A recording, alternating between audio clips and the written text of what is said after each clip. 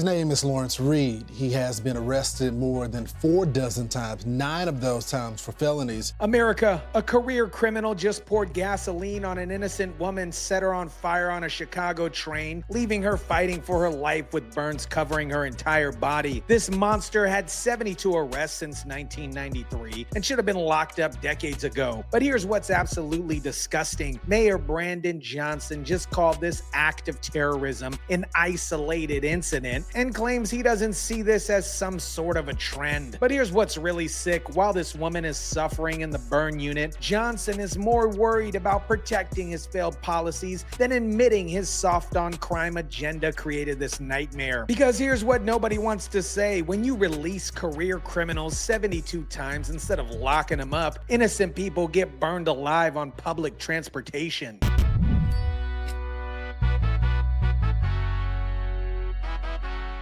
It happened again. Irina Zarutska Part 2, this time in Chicago, with a woman started on fire and the details eerily similar. What is up, guys? TYSON DELACRUZ here. Thank you so much for rocking with me. When setting people on fire becomes a quote-unquote isolated incident to these mayors, you know your city's run by psychopaths. Let me tell you exactly what happened that Brandon Johnson is trying to dismiss as no big deal. Lawrence Reed bought gasoline, boarded a Blue Line train, walked up to a 26-year-old woman who was minding her own business, poured gasoline all over her, and set her on fire. Legal questions surround the criminal record of the man accused of setting the 26-year-old victim on fire. Lawrence Reed is expected back in court tomorrow.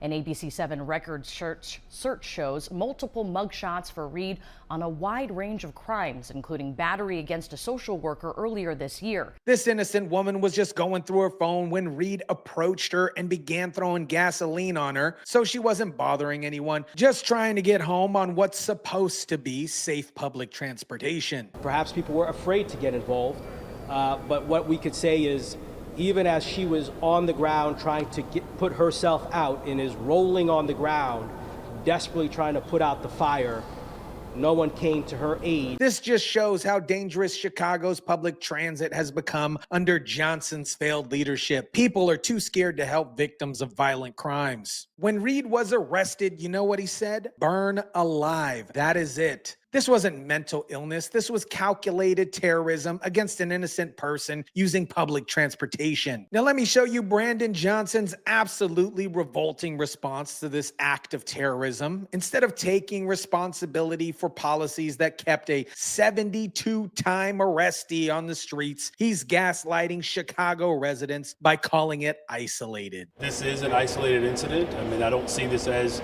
some sort of trend. And are you out of your mind? A career criminal with 72 arrests sets an innocent woman on fire and you call it isolated. This is exactly the kind of gaslighting that makes Chicago residents feel like they're living in an insane asylum.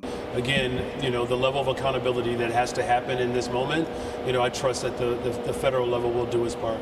Johnson talks about accountability while completely deflecting responsibilities from his own administration. He's trusting that the federal law will do its part instead of admitting that his catch and release policies allowed this monster to roam free. This is classic Brandon Johnson. When his policies result in innocent people getting burned alive, he calls it isolated and blames everyone except himself. Here's what makes Johnson's isolated incident claim so infuriating. Lawrence Reed had been arrested 72 times since 1993, including 9 felonies, yet he served just over 2 years behind bars total. This is the direct result of Johnson's soft-on-crime policies. In 2020, he was sentenced to mental health probation for setting this fire outside the Thompson Center. So this wasn't even his first arson. He had a documented history of setting fires, yet Johnson's administration kept him on the streets. He's charged with committing an act of terrorism on a mass transportation system. It's never been applied in Chicago and carries a possible life sentence. Even the feds recognize this as terrorism, but Brandon Mohawk Johnson, calls it isolated. Just 3 months ago, Reed allegedly knocked out a social worker in a psychiatric facility. The state's attorney requested pretrial detention, but the judge denied it and put him on electronic monitoring instead. When he set that woman on fire, he was violating his electronic monitoring. Here's where Brandon Mohawk Johnson's response gets even more pathetic. He actually admits the system failed, but refuses to take any responsibility for being the one who created the failed system. This is an absolute failure of our criminal justice as well as our mental health institutions. But wait, this is the same mayor who spent his entire career reforming the criminal justice system by releasing criminals and defunding the police. When asked about specific safety measures, Johnson stopped short of committing to more visible police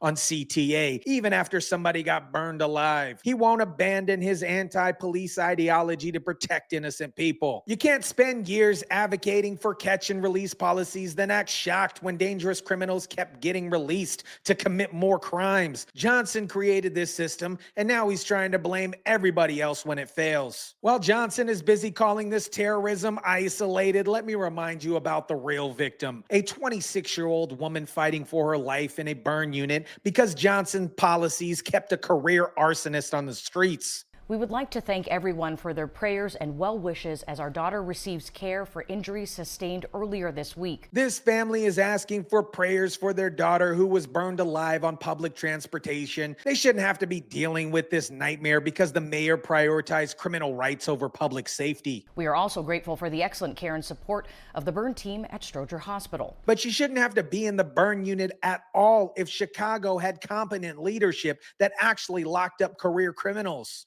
Johnson's entire response strategy is to deflect blame to everybody except the person actually responsible, himself. He blames the state, the feds, the mental health system, everyone except the mayor who created the policies that enabled this attack. I think it's too early to speculate like what that absolutely looks like, but again, the funding from Springfield is the most important thing. He's more concerned about getting money from the state than actually protecting Chicago residents from getting burned alive. Without that funding, then none of this will be visibilized. This, in my opinion, is complete garbage. He could deploy more police to protect CTA tomorrow if he wanted to protect people instead of protecting his anti-police ideology. The timing of this attack is particularly damning. It happened right after several other high-profile violent crimes, yet Johnson claims it's not a trend. When does it become a trend, Brandon? When somebody gets murdered again? Johnson's claim that this is isolated is a complete lie. When you look at the pattern of violence he enabled throughout his soft on crime policies, this attack is entirely predictable and completely preventable. U.S. Attorney Andrew Boutros described Lawrence Reed as a man with a very long criminal history who has had plenty of second chances until today. 72 arrests worth of second chances to be exact. This is what happens when you prioritize giving criminals endless chances over protecting innocent people. Reed should have been locked up after his first few arrests, not given 72 more opportunities to escalate setting people on fire. Johnson's administration treats career criminals like victims who just need more social services. The fact that Reed was on electronic monitoring when he committed this attack shows how useless Johnson's alternative to incarceration really is. Electronic monitoring does nothing when you're dealing with somebody willing to set people on fire. The solution to preventing attacks is simple, but Johnson refuses to implement it because it contradicts his woke ideology. Lock up career criminals who've proven that they're dangerous and deploy adequate police presence on public transportation. When somebody has 72 arrests, including previous arson, you don't give them mental health probation. You lock them up before they kill someone. But Johnson's system treats career criminals like they're the real victims. Johnson could flood the CTA with police tomorrow to protect innocent people, but he won't because he's more committed to his anti-police agenda than preventing women from burning alive. He'd rather have terrorism on public transit than admit that his policies have failed. The contrast with federal prosecutors is stark. They're treating this like the terrorism that it is, while Johnson calls it isolated. When your own mayor won't acknowledge that setting people on fire is serious, you know your city needs new leadership. America, Brandon Johnson's response to this horrific attack exposes the complete moral bankruptcy of his leadership, calling the burning alive of innocent women an isolated incident while he refuses to change the policies that enable it shows he cares more about his ideology than protecting people. This wasn't isolated. This was a predictable result of giving career criminals 72 chances instead of locking them up after the first few. Johnson's soft on crime policies created an environment where monsters feel entitled to commit acts of terrorism. While this woman fights for her life in a burn unit, Johnson deflects blame and asks for more state funding instead of admitting